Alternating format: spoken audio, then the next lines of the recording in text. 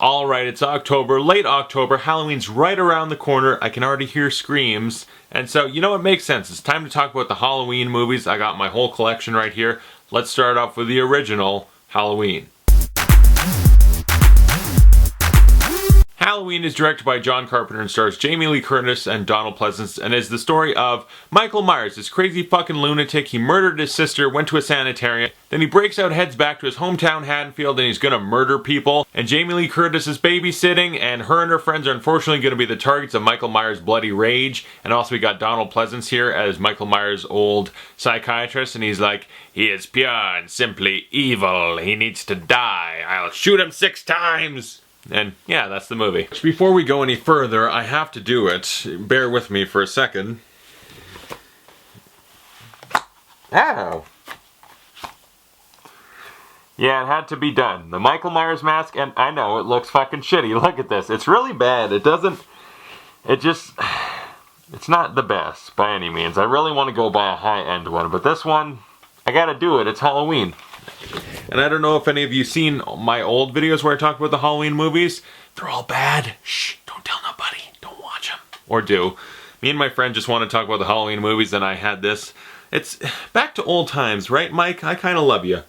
But you're fucking psycho, so stay over on that side of the room. Halloween is an ultimate horror classic. It's one of the first early slasher movies. There was Psycho in the 60s, but then, aside from Halloween, there was Black Christmas in 74, and then this in 1978, and those were like the first big horror slasher movies about people just stabbing the shit out of people, because they're crazy. And so I sat down to watch it, and I'm very close with this movie. I've seen it so much. I remember at a young age, it was like, what horror movies had I seen?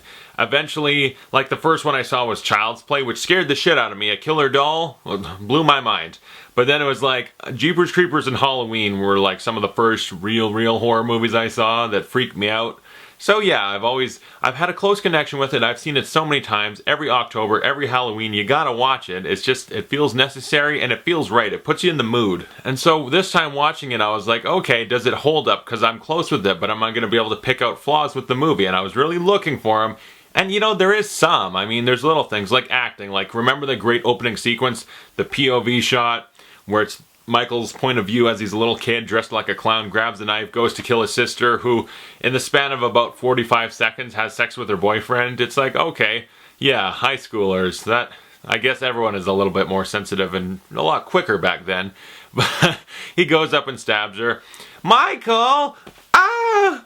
Ah! Ah! And that's like how she dies. Like, okay, that acting wasn't the best. And the only other big one that was kind of like, well, if you think about it, that's a little odd, is when it's the whole Halloween rampage night and Michael's out there on that street killing everyone. Dr. Loomis is hanging out on the street in a bush, basically waiting and looking around, and he never noticed any of the crazy shit happening until it was too late. It's a minor thing. It never bothers me watching it, but when I think about it, like, he was just sitting in a bush down the street.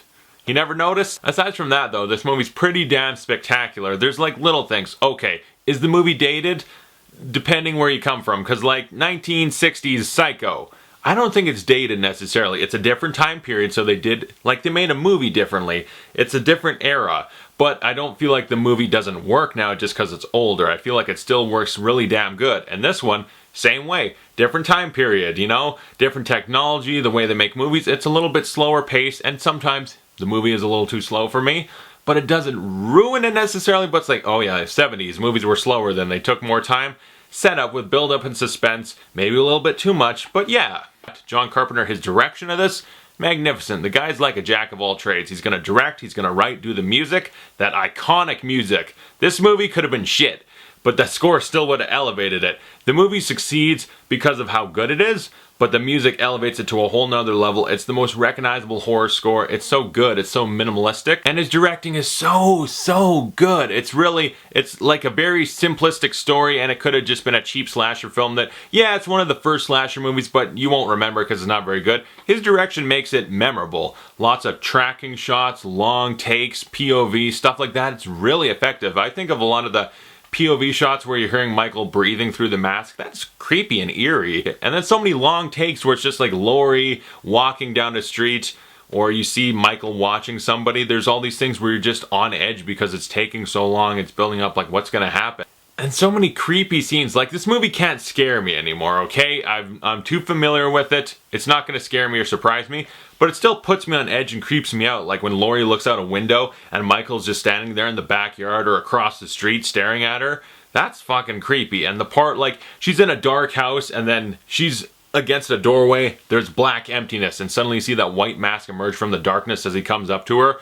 That did put me on edge. Like, that was like, okay, that part actually did scare me, because that's fucking creepy. That mask, it's so perfect. A William Shatner mask, they just painted it white, and it's the embodiment of evil. It's so blank, expressionless, you don't know. It's just, they even call him the shape. He's just a shape of evil. You don't see any real humanity in him. It's terrifying. Even this fucking piece of crap mask, it's like if you saw this in like blank emptiness, darkness, slowly coming towards you, you'd be freaked out. Something about just a white, emotionless face is terrifying. I also got to credit Carpenter for not making this an exploitation movie. He plays it much more like an Alfred Hitchcock suspense thriller, where it's drawn out, build up. It's not about how many different ways can Michael Myers kill someone. If he kills someone, yeah, and it's creepy, scary, whatever, but it's not about racking up a cool body count with different inventive kills. That's not the point. And then all the acting. Jamie Lee Curtis is fantastic. This made her a star, and you can tell why. Her character could be considered boring. She's a Girl Scout, just a goody-goody, but she plays it in a way where you're very compelled by her, you like her. It's just like, I want you to live. You don't deserve to be hacked up or anything. You're very likable. Yeah, Jamie Lee Curtis is great in this. And then Donald Pleasance, I only know him other than this. I know him from the Halloween movies, and he was in one Bond movie. Hello, Mr. Bond. And he's petting his cat. Like, that's all I know him from. In this, he's really good. And he's very important to the movie. Not just his history with Michael, but because he's setting up how much of a badass Michael is. In every scene, he's like, he is purely, simply evil. I looked behind his eyes, the blackest eyes. The devil's eyes. Like, he sets up, he creates this mystical hyper on Michael, like this guy is a force of nature. He's not human, he's not a man. He's evil. This movie's really creepy and scary on a very minimalistic level. Michael, he's just a blank shape of a person. He doesn't have a personality. He just walks up, chokes you or stabs you, moves on, and he's really good. He is, even if there wasn't any sequels, this movie alone, he would be a slasher horror icon because he's so well done, so good, so scary. That idea of just pure evil embodiment in this creepy mask and all, terrifying. And there's some great scenes, just to talk about a few of them, like where he stabs the kid into a wall and then he just like stares at him, cocks his head. That's fucked up.